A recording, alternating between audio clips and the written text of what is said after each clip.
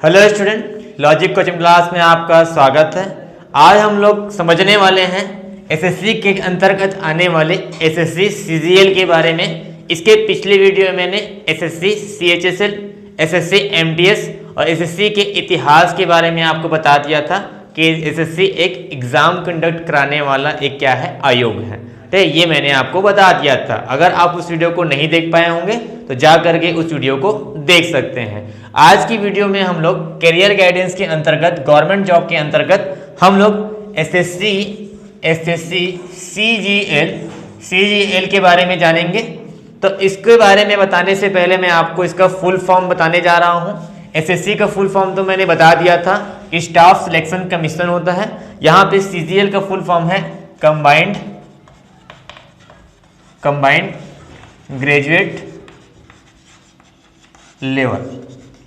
ठीक है, यानी सीजीएल का एक एग्जाम होता है जो कि ग्रेजुएशन बेस पर, जैसे कि नाम से स्पष्ट है, ग्रेजुएशन बेस पर। ठीक है, जो भी विद्यार्थी ग्रेजुएशन कर चुके हैं, चाहे वो अंडर ग्रेजुएशन हो चाहे पोस्ट ग्रेजुएशन हो, अगर वो किसी भी फील्ड में किसी भी ब्रांच में उन्होंने ग्रेजुएशन कर लिया है तो वो विद्यार्थी इस एग्ज़ाम का फॉर्म भर सकते हैं। ठीक है, इस एग्ज़ाम के अंतर्गत बहुत सारे पोस्ट निकलते हैं, बहुत सारे इसमें पोस्ट निकलते हैं। लगभग 31 पोस्ट इसमें निकलते हैं। 31 पोस्ट में आपको मैं कुछ पोस्ट के बारे में आपको जानकारी दे देता हूं, जैसे कि असिस्टेंट,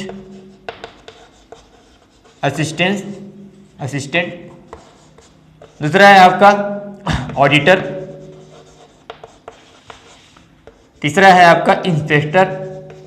अब इंस्पेक्टर के अंतर्गत बहुत सारे जो है सब इंस्पेक्टर हो गया, आपका हो गया इनकम टैक्स इंस्पेक्टर।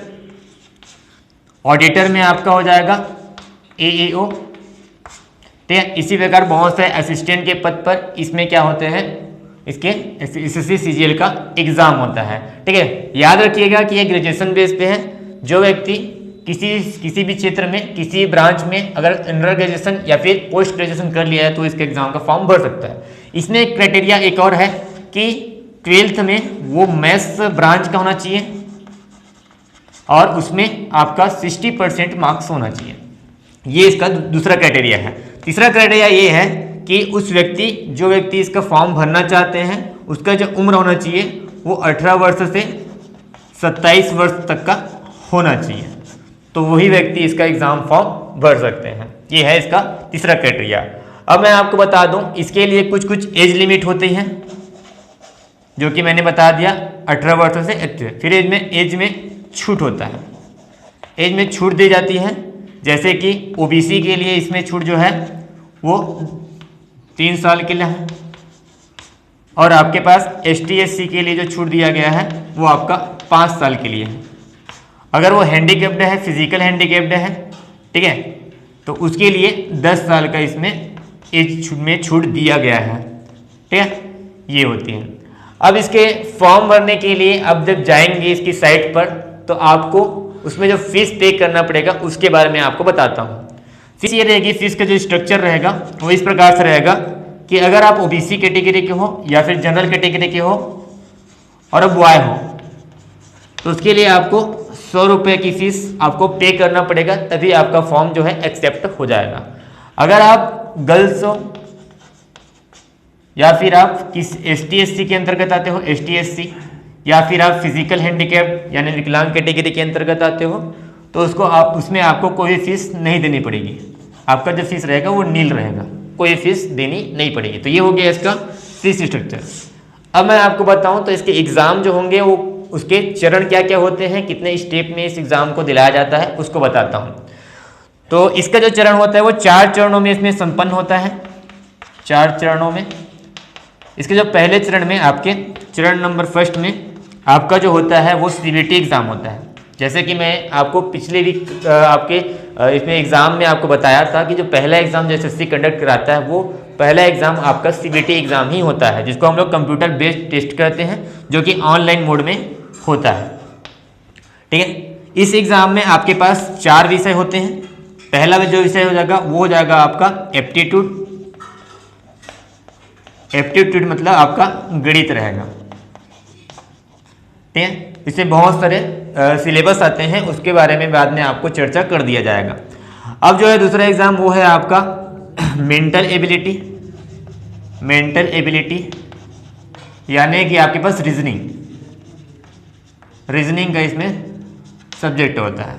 दूसरे ये आपका जो है 25 क्वेश्चन रहेगा। इसमें मेंटल एबिलिटी का जो रहेगा वो भी 25 क्वेश्चन रहेगा और जिसका मार्क्स हो जाएगा वो 50 नंबर का, आपका 50 नंबर, यानी 2-2 नंबर के एक क्वेश्चन होते हैं। तीसरा जो होगा वो है आपका इंग्लिश,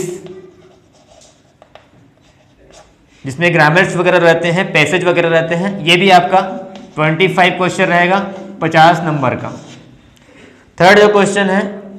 थर्ड जो है इसमें 40। फोर्थ में आपका जीके जीएस, जनरल नॉलेज और आपके पास जनरल साइंस और जनरल अवेयरनेस, ये टॉपिक होता है। इसमें भी आपका 25 क्वेश्चन रहेंगे 50 मार्क्स का। तो देखा जाए तो आप कैलकुलेट कर पाए होंगे कि इसमें 100 प्रश्न होते हैं और आपका 100 प्रश्न में 200 अंकों का सवाल होता है। इसके लिए जो टाइम बांधा गया है, टाइम वो आपका है 60 मिनट्स, यानी कि 60 मिनट में आपको 100 प्रश्न बनाने होंगे। इसका जो कट ऑफ जारी होता है वो ओबीसी के लिए लगभग आपका 75 से ऊपर नंबर अगर आप ला पाते हैं तो आपका चांस है कि आप इसमें क्या हो जाएंगे, पहला स्टेप आप पार कर जाएंगे। इसका जो दूसरा चरण जो होता है, चरण नंबर 2, दूसरे चरण में आपको डिस्क्रिप्टिव एग्जाम दिलाना पड़ेगा। डिस्क्रिप्टिव एग्जाम में ये होता है कि इसमें जैसे कि आपको कोई ऐसे लिखना है, ऐसे राइटिंग, लेटरल राइटिंग, ये सब इसमें क्वेश्चन पूछे जाते हैं जो कि ऑफलाइन मोड में होता है। ठीक है, लिखित एग्जाम होता है प्रकार से, लिखित एग्जाम, इसका भी नंबर इसमें जोड़ा जाता है। चरण नंबर तीसरा जो है उसमें आपको जो एग्जाम रहेगा उसमें फिर आपका एक सीबीटी एग्जाम होगा, जिसमें थोड़ा सा यहाँ पे जो सीबीटी में पहले वाला जो बताया था उससे थोड़ा सा एक्स्ट्रा इसमें रहेगा, यानी कि ज़्यादा मार्क्स के होंगे। यही इसमें भी सब टॉपिक होंगे और इसमें थोड़ा ज़्यादा मार्क्स होंगे। ये भी आपका ऑनलाइन मोड पे होगा।